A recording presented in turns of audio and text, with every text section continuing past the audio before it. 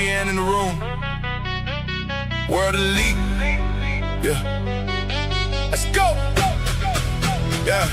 Yeah, from the bayou to the booth, we loud on the ride with the ace dealing. Got the mic for the title, Triple J Jordan with the play-by-play, fire rock, hard blame. Bring the heat up higher, Mr. Sensational, Gary got the crowd in motion. 4 voices synced up like a wave in the ocean. We talk that rest in every show, get framed. 1 podcast, 1 squad, remember the name when the lights go. We bring the facts in the flesh, say it one more time. If you're locked in, you're there. World Elite Podcast. Say the name, World Elite Podcast. We bring the noise, we bring the game. World Elite Podcast. From Louisiana to your feet. World Elite Podcast. 4 voices, 1 creed.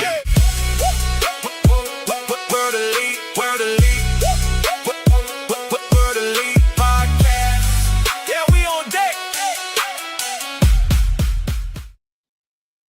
Hey, what's going on, everybody, and welcome back to another live stream edition of the World Elite Podcast. And for the first time in 2 weeks, we nearly had the core 4 back together again. Gary missing tonight's show. So much like me and Jordan a few weeks ago, Gary is still enjoying his vacation up in Canada. So Gary's flying back in on Saturday, and he will be back on the show with us next. I don't know what day we're doing it next week. We'll get together and discuss what day we're doing next week, but it'll be our AEW All-In prediction show next week. So be sure to tune into that. But for right now, I'm your host, Dylan Abear. With me, as always, first. Time to play the game. We got Triple J himself. Jordan, what is going on, man? How you doing today? Oh, I'm doing great. I'm glad to be back. Well, not on my computer. I'm on my phone, but it's gonna work somehow. Yeah, and that's the reason behind our was our 15-minute delay we had getting on the show tonight. But yeah, we're all here. By the grace of God, we're here. Next up. Hard. Only am I rock hard. Want me to go to sleep. I'm not tired. I'm fully rested. We got our guy Blaine Arsenault. Blaine, what's going on, brother? How you doing today, man? What's going on, guys? Welcome back. Let's really talk some wrestling. Yeah, absolutely. There would be 5 of us on the show, but if so, Jane Daniels would give a cease and desist letter to our show. So we had to get somebody out of the show tonight. So Gary took the fall for us tonight and let us keep the 4 on the show tonight.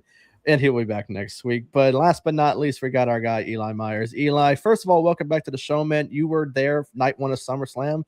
Even though SummerSlam was quite a while back, how was the experience going to something like that? The experience was actually really fun.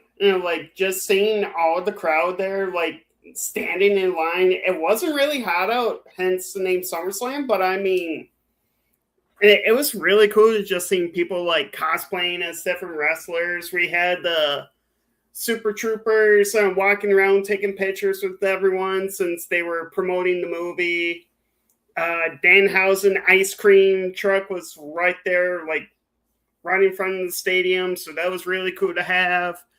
Pre-game, post-game show was right there. Merch was outside, and they had some stuff inside too. But I mean, nice. It was really nice, just getting there early. And hell, I only paid $50 for parking, which was literally right next to the stadium instead of dealing with ramps on the way out. Yeah. Absolutely loved it. I almost didn't go. Oh, so, that's true. So my original ride, one of my old coworkers, he was super pumped all week, was super excited, telling me this and that, or how he was ready to go on Saturday. And I get a text at 5:30 in the morning, and I didn't wake up until almost 7:30, that he had 101 temp. So he's like, yep, can't go. And it's so I sent out a message on Facebook being like, hey, I got this extra ticket for SummerSlam. I'm willing to pay extra. If whoever wants to go ride up or have me ride up with them, I'm willing to pay for gas, food, whatever. And my godparents shot me a call and they're like, hey, we're open if you want to go. It's like, yes. So we went up. About 10 o'clock, we got up there about noon because it's about a 2-hour drive from where I'm at, and ended up found a place to eat, And yeah, just getting into the stadium, getting to our spot. We were like 13 rows up from where the normal seats are for like an end zone. So, I mean, for a Vikings game in the end zone, the seats we had were actually really nice. So, like, we were able to see the ring, see the stage, and just the experience for being at a SummerSlam. And it was my first Big Four, so I was really excited for it. I had a great time. Awesome. That's awesome. Shout out, of course, he is not here tonight, but I told him if he was in the comments tonight that I would count that against his streak. So he is here. Gary, what's going on, man? We're happy to have you here, man. And yes, I told him I played a sound effect for him to continue his streak of being on the show. Gary, hope everything is going well over there, man. And we're excited to have you back on the show next week for sure. But yeah, man, that's awesome. That's awesome for sure. I haven't been to a big event in quite some time. I think the last one I've been to is probably the Rumble before COVID, and it's been a while. So yeah, so definitely looking forward to going back to something like that. The ticket prices from Money in the Bank is pretty up there, even for the nosebleeds. So I'm not that interested in going to something like that, especially with those prices. So I'll just sit on my couch and watch it. So. Right. But we got a cool show lined up for everybody. We got a lot going on. We got some like a big variety of talk. We got WWE, we got not TNA, we got NXT, and we got Blaine's favorite, of course, AEW. We got one thing AEW I want to bring up, probably one of our quickest topics we'll have about that one. Someone I want to bring up from AEW. But we'll start off right away. The end of Raw this past Monday. If people watched it, then Solo Sikoa was delivered to the tribal chief himself after losing to Jey Uso, and now this time he was delivered at the end of Raw, and yeah, it went exactly how I thought it was going to go. It went as, you know, LA Knight came out, they attacked him. Well, first Jacob Fatu super kicked Solo to make him go on his hands and knees to beg for forgiveness from Roman Reigns. But then all of a sudden, you know, LA Knight comes out, they attack him, they want Solo to give him the Samoan Spike.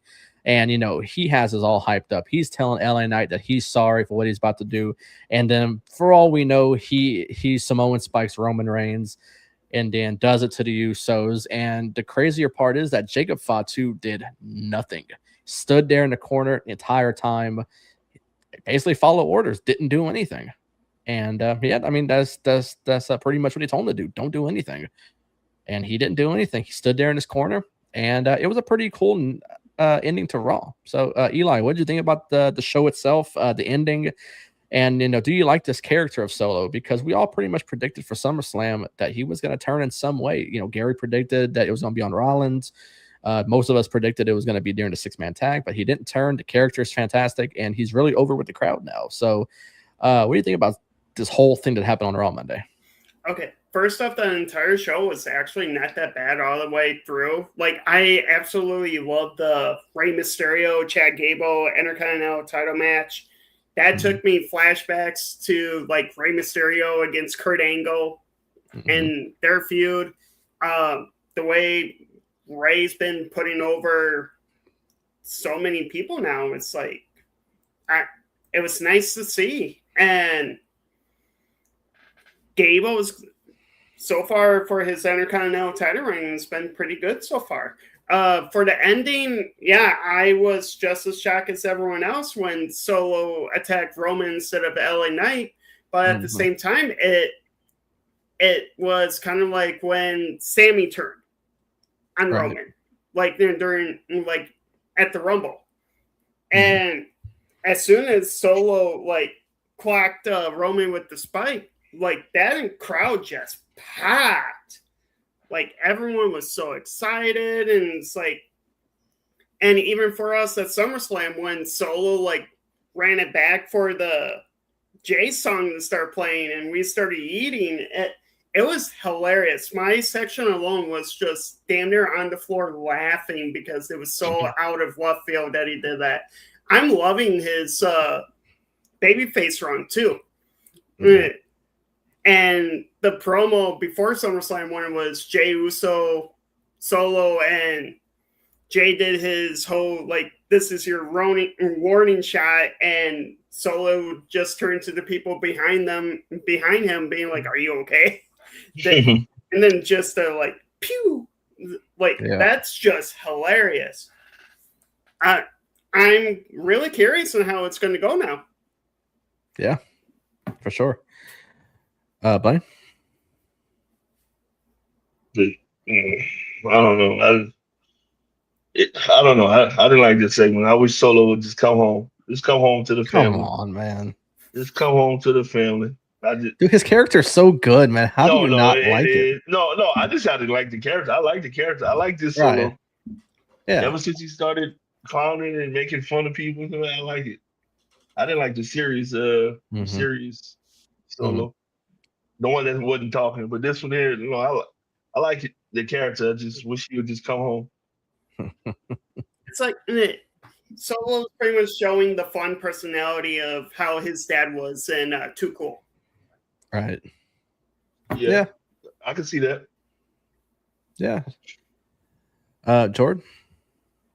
Yeah, I like the Solo character, and I can't wait to see what they have. What is next? It looks like he didn't want to even come out with the Usos at first, but no, they're can't wait to see what happened. And I love the Solo character. Yeah, absolutely. And yeah, I thought it was awesome, and whenever we all predicted that he was going to turn at SummerSlam, whatever way he was going to turn, I was like, please don't do that. Like, yeah, I'm like, please don't turn him. Like, because this character, he's allowed to be himself. And even when he was with the Bloodline as that enforcer, when Sami Zayn was still there in the Bloodline, there were so many times Sami Zayn was trying to break him, and you could tell, like, in his face, he wanted to laugh so bad. And now he could be his true self. And I think that's so cool that they're finally letting him do that. And they didn't like force him back into the Bloodline. When he lost that match to Jey, I'm like, dude, come on. But then he turns his back already on them, and he's automatically back into the Bloodline, or he's automatically back to his normal self. And he's with LA Knight now. The partnership with him, LA Knight, is so cool now. To see him hug it out at SummerSlam, got the pop in the crowd, was just so cool to see. So finally, they're letting Solo be himself. And yeah, to disagree with Blaine, it was not to get him into the Bloodline. This is the recycling the shit over and over and over. If you put him back with the Bloodline, he's not himself. He's back to the enforcer type thing, even though Jacob Fatu, to me, is like the enforcer now over there. But it's almost like Solo, if someone was to attack Roman, Solo was going to automatically go into the front and do something to the person that did it. Jacob Fatu stood there and did absolutely nothing. So it makes you think. Well, they told him Jacob to sit in the corner. Yeah. Yeah, but it makes you wonder. But also makes you wonder: is Jacob soon enough going to be on the outs for the Bloodline? Is the Bloodline going to be more intact than they were, like years ago when they were the actual Bloodline? Usos, Solo, Roman, even when Sammy was when Sammy was helping them, or is it going to be that intact, or are they just going to fall apart very quickly and let the Usos go back to being tag team, even though the tag team division needs the help right now? Because Big Cass comes back, he doesn't have Enzo with him, so the tag team division is still needing that help. And luckily the MFTs are with Haku now, which I think is awesome on SmackDown. But I still think tag team division needs help. MFTs. Me too. Yep. The motherfucking Tongans. I like how they rebranded it. Absolutely, me too. And having Haku there, man, that dude was wild back in the day. So having him there also with them, oh man, that's awesome. But I still think the tag team division needs help. And if you're gonna get the Usos out of there, I don't know if you have them go War Games again. The Bloodline is always in War Games, but I'm starting to think they're going that route again. Undisputed Era 2.0. Exactly, that's exactly what it is. Yeah, that's exactly what it is. That's the Bloodline. It's Undisputed Era from NXT, and then Bloodline on the main roster when it comes to War Games. So that's exactly what we're getting right now. But yeah, I mean, I honestly really enjoyed the end of Raw. It wasn't that typical, Roman Reigns, he runs everything at the end of Raw. This was something different. And I think it's finally that time where they're getting LA Knight over to actually one day win a title. And it's getting Solo to be himself over there also. So I actually really enjoyed the ending of it, and I'm excited to see where they go with it. Because, yeah, Solo as this character, I think he can actually win a title one day. It's same thing for LA Knight. LA Knight has never won the big one yet. So I think this is probably also lining him up to win it one day. It's they're finally doing it. So so something else from Monday Night Raw I thought was awesome. If you thought we got the big mega showdown between Oba and Brock, I think they might one-up us because at Sunday night's main event, we're getting Oba Femi and Braun Breaker. It was confirmed on Monday. First of all, the impersonation that Oba did of Braun Breaker was the best thing I've ever heard. That was fantastic. My God, that was so good. But other than that, we're set for a mega showdown at Sunday night's main event. I'm honestly not that happy as happening at Sunday night's main event. I was hoping it was going to be maybe Money in the Bank, but also you can incorporate one of these guys into the Money in the Bank match. So maybe that's why they're doing it as Sunday night's main event. They're trying to make it a big event, even though we all know that this is not that big of an event. Eli, first of all, what did you think about the entire showdown between the two? You know, they've crossed paths the last couple of weeks, but now we're getting that big mega matchup. So what do you think about it, man? You know, what do you think about the whole promo and finally getting this match? And I mean, you can do it without giving a prediction because I'm pretty sure whenever we do predictions, more than likely we're going to have you on the show with us. Sounds good. Promo was about damn time. Like, they were hinting that it was going to come to a collision sooner or later between these two. If it was at the main event show or like later down the line, like you said, at Money in the Bank or Survivor Series or the Rumble or Saudi for Mania. I mean, right there, that's a Mania match. Yeah. That is your future like world title on the line. Doesn't matter which one of them's champion. That's a match I would love to see with the big time title on the line. Right. Promo wise, it kind of looks like Heyman is not too sure about the vision. And it looks like everyone in the vision is looking like Heyman's going to be Oba's new advisor or something. I was waiting for that at SummerSlam too. It's like before Brock Lesnar pretty much put Oba over, I was almost waiting for Paul Heyman to turn on Lesnar and sign with Oba, actually. I'm ready for it. I'm ready for a Sunday night main event. I'm kind of surprised they didn't bring back another pay-per-view instead of like bumping a Saturday night main event show onto a Sunday. I mean, it was supposed to be Money in the Bank, and they moved it again. It's like the third time they moved it. So now they give it to us in October. It was supposed to be, next month in the slot that Saturday night's main event is in. So, yeah, I mean, that should have been the pay-per-view slot right there, but they just, for some reason, moved it to October. Blaine, what'd you think about the promo? Them crossing paths the last few weeks, finally getting a good promo between the two. Do you think maybe Heyman on the outs with the Vision? I know you and I kind of talked about it on Facebook. Is he on the outs with the Vision? Is something going to happen where he's going to maybe screw over Breaker? I mean, I honestly don't think that Oba needs a mouthpiece like a Paul Heyman guy. I think Oba can do it by himself. He's great on the mic, great in the ring. So, I mean, without giving a prediction for your match, how do you see something like this going? I mean, also, what do you think about the promo also? Because the promo was fantastic with the whole impersonation and all that. Both promos is good, but I think Paul is going to align himself with Oba. He doesn't need it, but he sees him as a Brock Lesnar type. Bring him straight to the main event.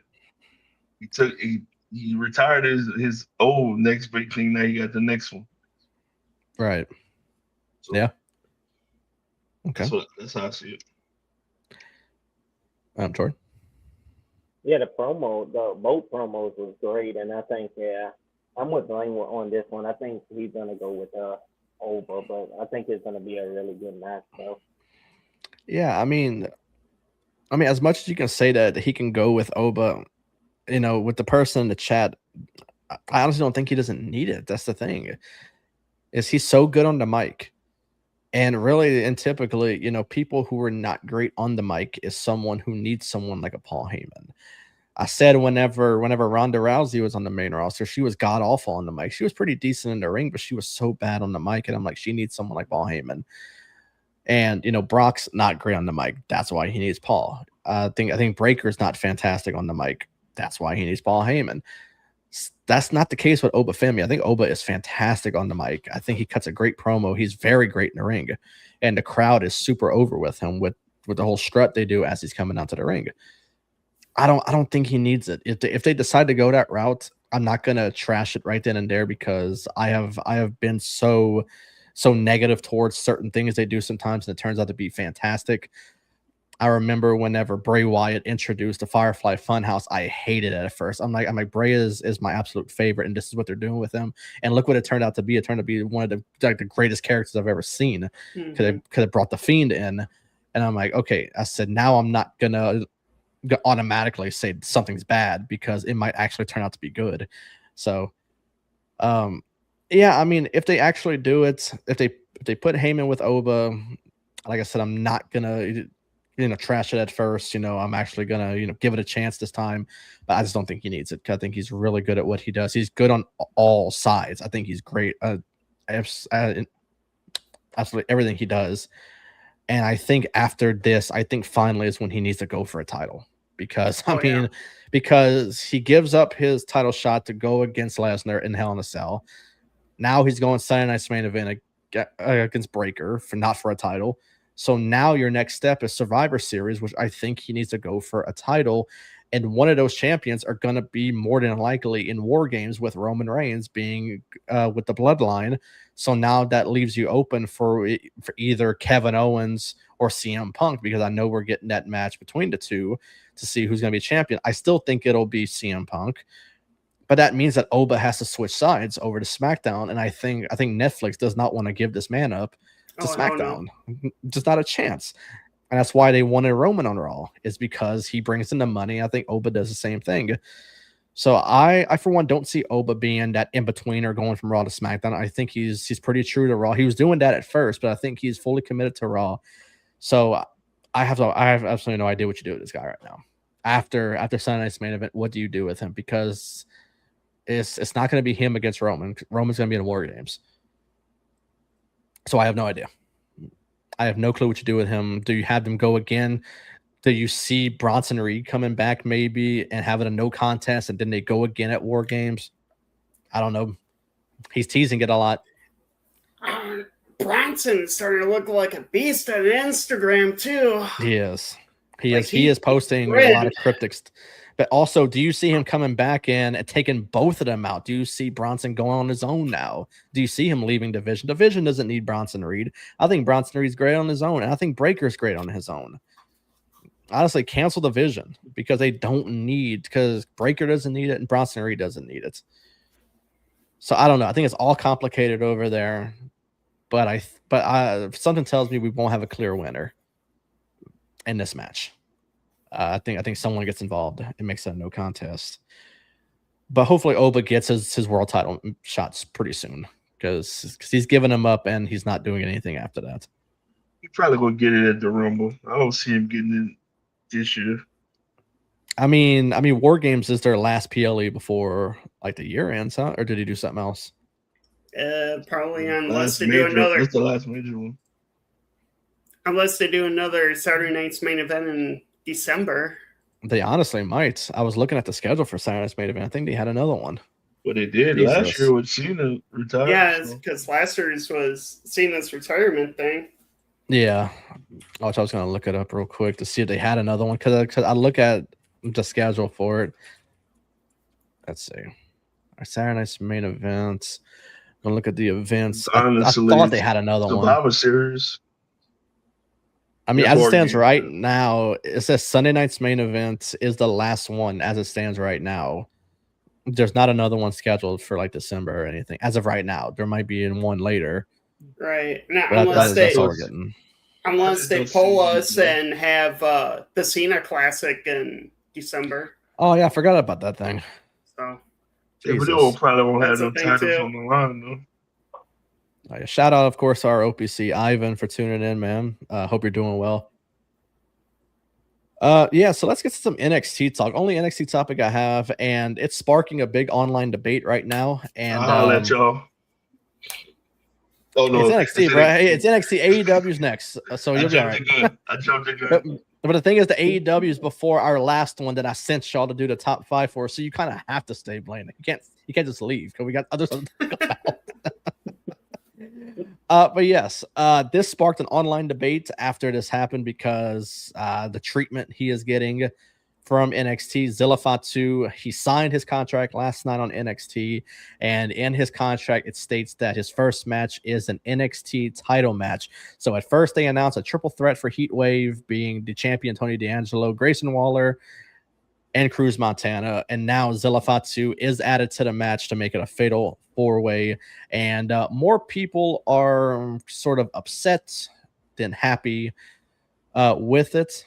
Let's see. Ivan says their Saturday Night's Main Event, Money in the Bank. Yeah, they got Money in the Bank. Also, I keep forgetting about Money in the Bank, and then War Games. So yeah, so it's maybe when's War Games? I know. End of November. Okay. And it says, Blaine, you got to watch NXT right now. Hell no. So yeah, it's like I said, this sparked a big online thing this morning. I was reading it that Zilla, getting that sort of treatment, Umaga's son and all that. So now people are not crazy happy that he got a title match already, first match NXT, sort of not being, sort of not having to work for it or anything like that. Eli, what do you think about this, man? Does Zilla deserve to be in this match? I know he attacked pretty much everybody minus Tony D'Angelo. He interfered in a match with Cruz and Grayson Waller to make it his debut there, which we were going to talk about last week before the show's cancellation. But what do you think about him being added to the match?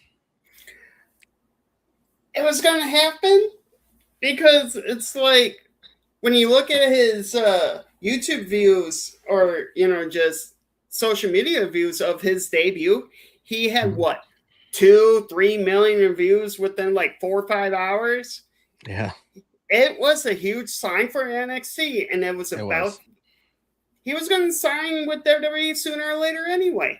Putting him in the match right away, I was kind of surprised they didn't feed Grayson Waller to him right off the bat because of Grayson's remarks at the NXT house show and just his remarks in general. But putting him in the match right away, I think I have Zilla winning. Oh, okay. And I feel like he's not going to pin Tony. So I have Tony losing the belt to Zilla without being pinned. So honestly, I wasn't going to bring up Heatwave next week because I was going to stick mainly to AEW since it's probably going to be such a huge card already. So, once you're talking about this, you can even say who you have winning or whatever. But do you think Tony D'Angelo is finally going to go to the main roster after this? It's finally time. Please, for the love of God, go to the main roster. Yes, he needs to show up on the main roster. I don't care if it's Raw or SmackDown. He'll be great on both. And if SmackDown's going to go back to 3 hours by January, he needs to show up on SmackDown. Ivan says his promo is kind of hypocritical, saying I'm not just another Nepo baby, that he's here to show that he's able to work for it, and then out of nowhere, a title shot for the Fatal 4-Way match at Heatwave. And Ivan says that Grayson Waller should win. I'm not hating that. I'm not either. Blaine, what do you think about this, man? Of course you are. That sucks. Grayson Waller's trash.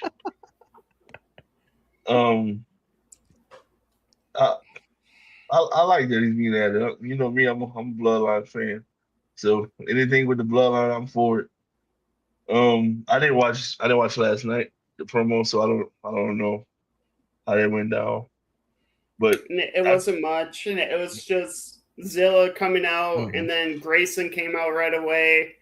Cruz came out. Tony was in the crowd somewhere, and then that's when Stone announced that, Zilla's added to the triple threat, so now it's a fatal 4-way, and that's it. That was pretty much it. The only thing with Zilla is that I'm so scared he's gonna drop like an F-bomb during his promos. I'm so scared with him. It's because I feel like he has no filter when he talks. So I'm so scared he's gonna say something. Well, they let him cuss now, so they don't really. Yeah, I mean, yeah. Ivan says that Tony D will be in catering if he goes to the main roster or on main events. Yeah, I agree. I was say I did see Zilla looking like a Timu Rock with that silk looking shirt last night on some stuff I watched. But I think Tony, I don't think he's ready. I think he's going to retain and he's going to pin Grayson. Oh God, they don't need to have this man retain. He's been a champion for a minute, and he's. And honestly, I think he should go to the main roster. But I mean, I can agree with Ivan and even this comment right here. He said, "I think Tony D is stuck in the mid card or not on TV much. If he goes to the main roster, I don't think he stands out in any way." Yeah, I mean, they even changed his character up to where he's not like that sort of like mobster that he was when he first got to NXT. Now he has like a different sort of like moniker there. But I still think if he goes to the main roster, he's not the one to stand out very much. And I think he gets that sort of treatment that like whenever they signed Ray Phoenix, and they thought Ray Phoenix was going to be the biggest thing, just like Penta. And then for the first like few months, Ray Phoenix is on main event. He's working dark matches, and he's doing a lot of AAA work now, which is thank God for AAA, because AAA is giving other people opportunities that can't get that opportunity, like on NXT, on the main roster, stuff like that. Like I know Roxanne, her boyfriend, is on AAA now, just debuted. He attacked Psycho Clown, and he's a masked man over there too. And I think that's a cool opportunity. So if Tony D doesn't get much opportunity on the main roster, maybe AAA can give him a chance over there. I think he could do good stuff over there. AAA is not really a demotion to me, for one. Ivan says right now the roster is going to reshuffle talent, so let's see how that goes. And Bakley is saying that Zilla wins the title. And he said Holyfield just went there too. Yeah, he did. Yep. So I mean, AAA is not really a demotion. It's just a chance to get more opportunities somewhere else. So it's not really that bad of a thing. Undertaker's running things over there. Rey Mysterio's a GM over there. So it's not that bad. I think it's actually really interesting to watch AAA for sure. And then look at Phoenix now. It's like as soon as he won the Cruiserweight title, now he's back on NXT last night. Yeah. He has the title defense next week. He's on Raw for the Roman Reigns World Title AAA tournament. Yep.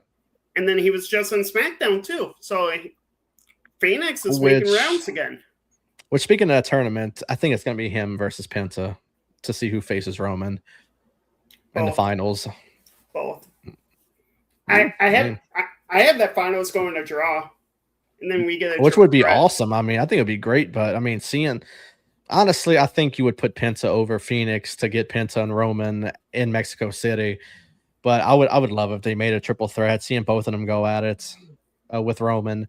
It's just I feel like Roman doesn't fit with that type of style of wrestling. I feel like that Ray Phoenix or Penta or both, it's going to be running circles around him, and it's going to be like Superman punch here, Superman spear this, or the Bloodline gets involved, and it's going to be such like the chemistry won't be there. So I think it's kind of an odd sort of thing if they have Penta or honestly anybody that's in the tournament that's left.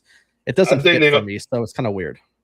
I think they're going to treat it like how Ray used to wrestle back in the day with the big guys. Just have him think he got a chance, but then he really lose.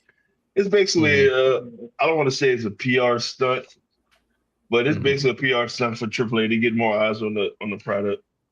Oh yeah, I actually like it though. It's a great idea. I wish they would have done it when they first acquired him. It would have been good. That's gonna be a banger. That's gonna be a banger. Hey, he's predicting Penta and Dragon Lee in the finals. That would be good too. Yeah, but I like that match, but everybody knows Penta's gonna win. Dragon Lee can't stand a chance against Roman. Oh hell no. It says it's gonna be Dragon Lee versus Penta finals and Penta Roman on Raw. Yeah, that's what. Yeah, I think regardless, it'll be Penta and Roman. Getting off topic here. Getting off topic of NXT, Jordan. The whole thing with Zilla Fatu. Do you sort of support the online debate that he doesn't deserve this, or do you like that he's in it? And like I said, we won't really talk much Heat Wave on next week's show as we're predicting All In. So you can even give a winner from the Fatal 4-Way and even who you have pinned. Do you have Tony D going to the main roster? I mean, there's so much to answer with this. Yeah, I think just throwing them in here, I think they should like gave him a match first. Like gave him somebody. And Right. yeah, I see Zilla winning and pinning not Tony D. Who's the other one? Grayson Waller or Cruz Montana. Grayson Waller, and I don't know. With Tony D going to the main roster, I think he's gonna get stuck somewhere in there, but Yeah. yeah. That's how bad it is. He don't even know who's Grayson Waller. That's how bad he sucks. And Bakley said it's only being done to combat All In, which honestly, the majority audience is going to be watching AEW. I think the majority, I think the ratio is going to be like 99% All In, 1%, which is Blaine, watching NXT. Regardless, I'll have both. I mean, what time does Heat Wave start? Like, is it the same time as All In? No, okay, well, it's earlier. Well, All In's early too. So All In isn't All In like 1 o'clock or something since at Wembley?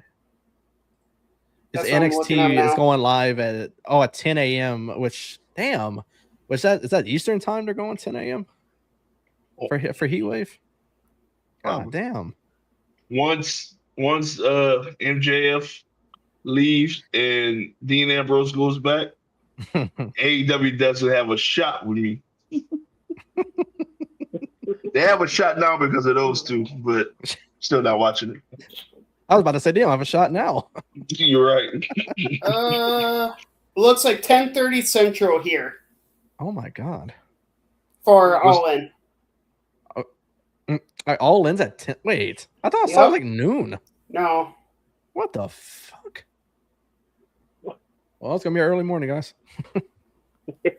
4:30 p.m. local UK. So it might not happen, but I'm still not watching. All right, so who has to go to AEW to even give you a chance to even like full on start to finish watch like an episode of Dynamite or even a pay-per-view over there?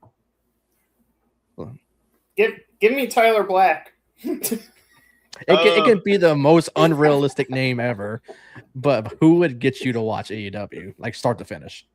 The Bloodline. Oh. I mean, Usos against Young Bucks. That's always been a dream match. That'd be fantastic. Usos go, I'll watch. Especially if Sammy go, I'll watch. So on the topic of AEW, we're going to switch to our AEW topic that we have. And it has nothing to do with the Bucks or Mox or MJF. It's actually in the women's division. And your girl Mercedes. The sad part is she has to do with this conversation, but I'm not really bringing her up too much. It's about someone who I feel like carried the division. She was slated for a match with Mercedes at All In at Wembley, and now it seems like we're less than 2 weeks away. She does not have a match at All In right now. She carried the women's division for months, and now Willow's there, and now Mercedes is back, and now we're getting Willow Mercedes at All In, which I feel like this opportunity was ripped away from Tekla. So my question, it's pretty clear cut, dry. What is next for her? Like, does she even have a match at All In? Does she get a match? Is she gonna tag up with Sky Blue and Julia Hart? I know they have those titles in Stardom or whatever that Julia and Sky Blue have. Do they even wrestle at All In? I feel like I said she carried the division for months, and now it seems like she's on the outs of even getting. And and Baker said we need to see if she's injured or not. Yeah, she's even been off of TV. And he also says All In starts at 1 p.m. Eastern, so 12 o'clock Central Time. It starts for us. Okay, that makes sense. But yeah. Oh, I was probably looking at the buy-in. Oh, probably. So yeah, they gotta have a chance to have the Costco guys wrestling or something. Yeah. See if the Rizzler can get on plane to Wembley. Man, whatever happened, I know this is AEW, but off topic of this.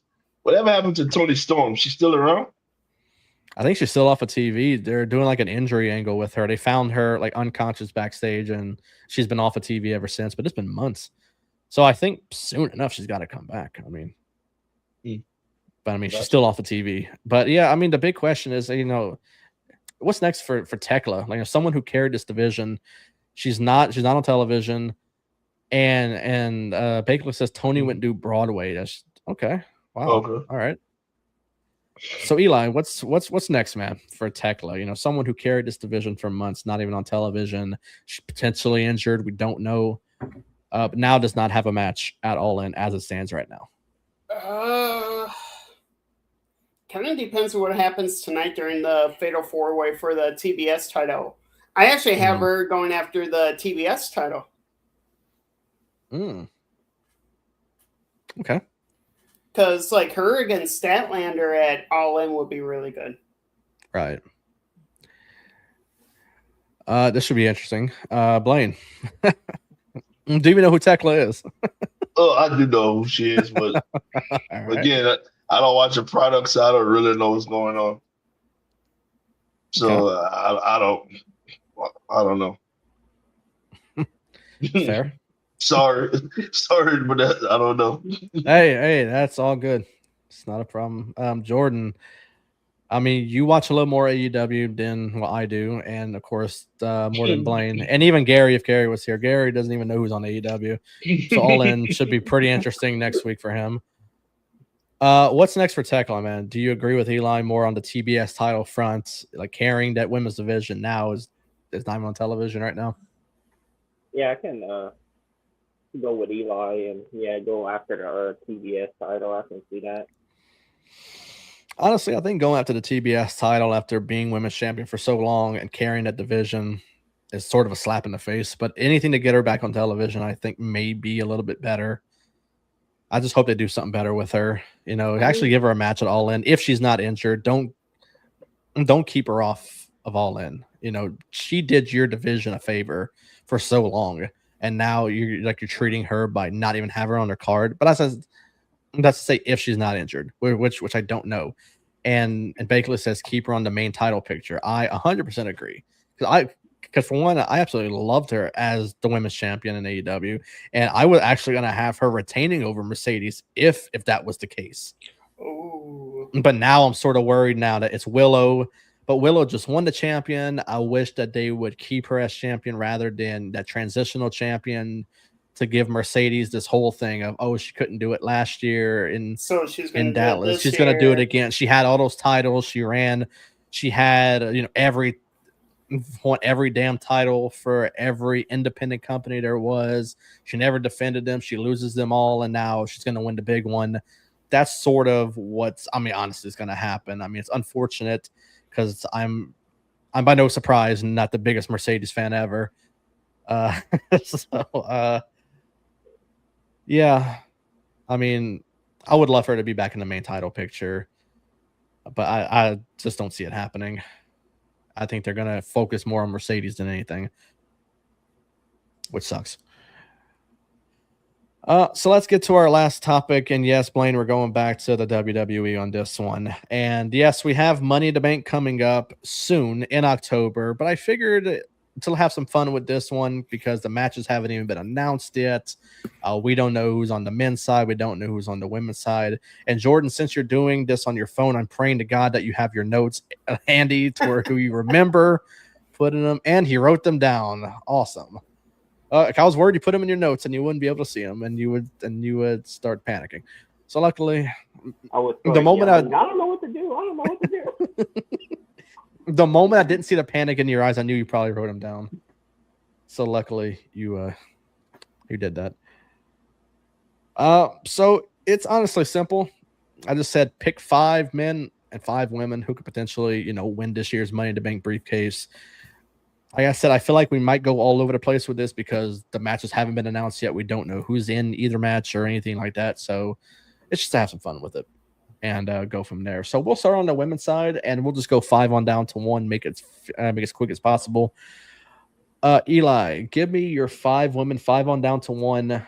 of who could win this year's women's Money in the Bank match.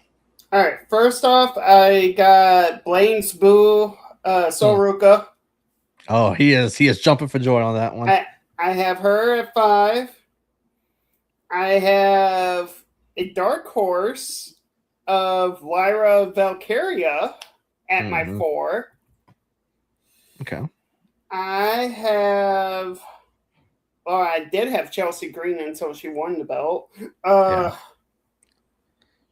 Who was my other one? Oh, probably the one I'm definitely going to go for is Roxanne. Okay. And then my other 2 dark horse would be Stephanie. Okay. And then Nice. my last one is Charlotte. Ah, that's a horrible way to close it. I know. But honestly, I'm going with Roxanne because you already have Raquel as IC champion. You got Liv as the greatest women's champion of all time. Yeah. Why not Roxanne win the Money in the Bank and then she teases cashing in on Liv? True. Yeah. And then she actually does. Yeah. All right, Blaine. 5 down to 1, man. Who you got? So we got 5 people that we think should win. Or could win. I mean, just your own opinion or whatever. Just have some fun with it. Oh my God, I can't believe I'm about to agree with Ryan. Oh boy. But Roxanne is 1. Go 5. Okay. I'm going with. I don't think Eli. I wouldn't pay attention. I don't think Eli said it, but Becky Hogan is 4. Oh. No, I didn't have Becky Hogan. I had Charlotte. Charlotte. I'm about to tie it all in. So Becky's 4, Stephanie's 3. I'm going Lash. Lash is 2. Oh. I'm going Lash 2. And then the top spot for my girl. So Ruka.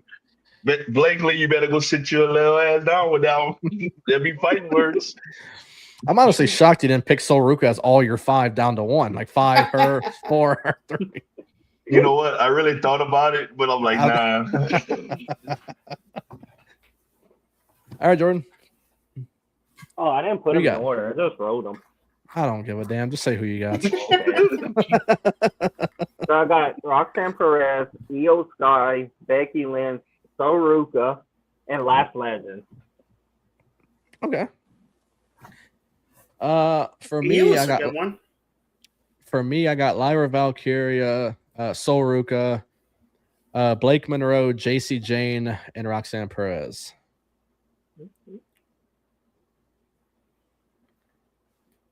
I'm very shocked none of y'all picked JC Jane.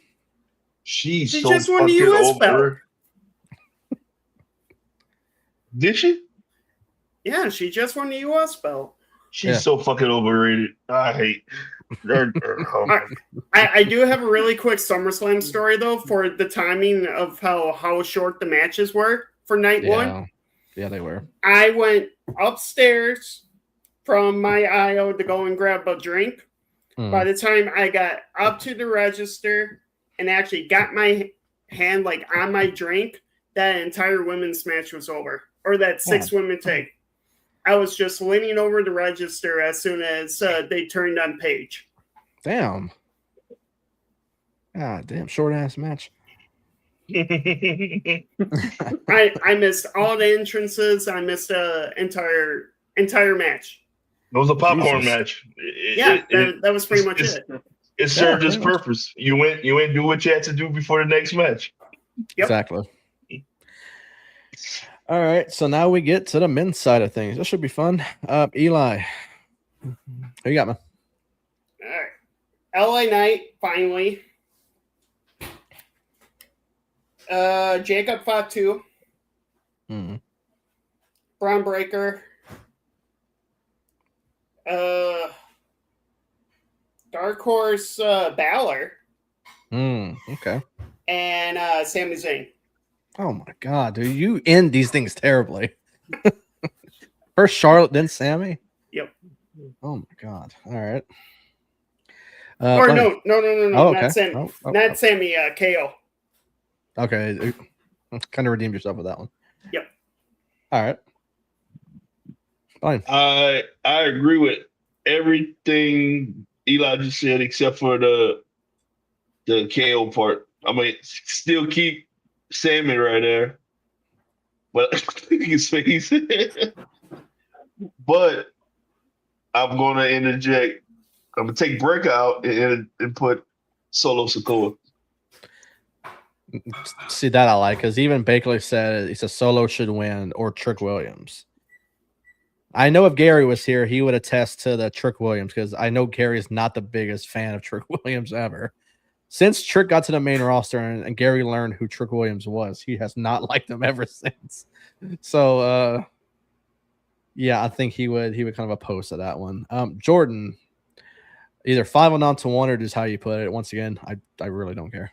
Okay. I got Trick Williams, Ricky Saints, Kevin Owens, Finn Balor, and Carmelo Hayes. Dude. Fucking hell. All right. I mean, Carmelo. So mine's a little different. At number 5, if y'all remember that fatal 4-way for, I think it was 2017, I think, for the Universal Champion, he got vacated after Balor had to vacate it. It was Roman Reigns. It was Roman Reigns, Seth Rollins, Kevin Owens who won that match, and then randomly Big Cass was in that match. And I was wondering why they put Big Cass in there. He was still with Enzo at the time, but I think maybe they saw something in him that a lot of people didn't see, and now they're bringing him back, and he's feuding with Javon Evans. I'm thinking maybe they see him as a big name already. I know every time he shows up, Corey Graves doesn't have much to say. I wonder why. Yeah, I wonder why as well. But I got Big Cass at number 5, who could win the Money in the Bank. I think they're trying to shoot him to something right now, and I think this whole feud with Javon Evans is going to get things off the ground. Speaking of Javon Evans, I got him at number 4.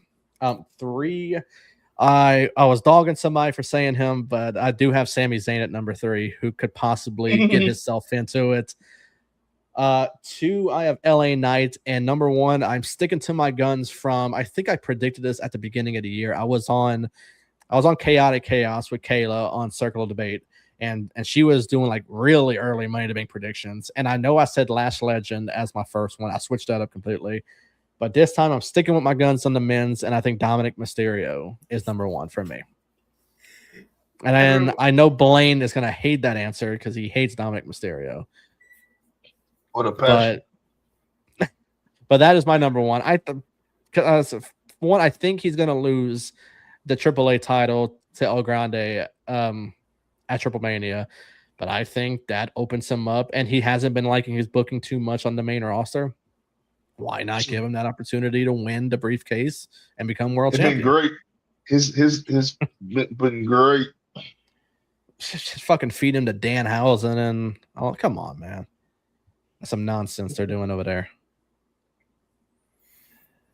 But anyways, that is our early Money to Bank predictions. This all changed because honestly, half of my guys may not even be in the match or anything like that. It's just fun to do some little early predictions and whatnot. But that will do it for this live stream edition of the World Elite Podcast. And I didn't say at the beginning of the show, but we are presented, of course, by our family over at the Debate Network, who are live right now for the AEW Dynamite Watch Party. Justin and others, I'm not sure who's on with them, but Justin and others are on right now doing their watch party for Dynamite. So go check that out, of course. Sorry once again for the delay. Jordan was having some internet issues. As you see, he's on his phone doing the show. So he'll have all that figured out for next week. And of course, we'll have the sensational one himself, Gary, back next week as well for our big AEW All-In prediction show. Once again, not sure what day we're doing it yet. Gary goes back to work next week, so I'll figure out what day he's getting off early and whatnot to do the show and everything. I'll do my best to have Eli on. I will try to get Justin on. Justin's our big AEW guy. So I'm going to reach out to Justin, see if he wants to come on with us as well. So it should be a fun show for sure. Eli, man, thanks for joining us. For one, man, it's always a pleasure having you on. Where can we find you at on social media?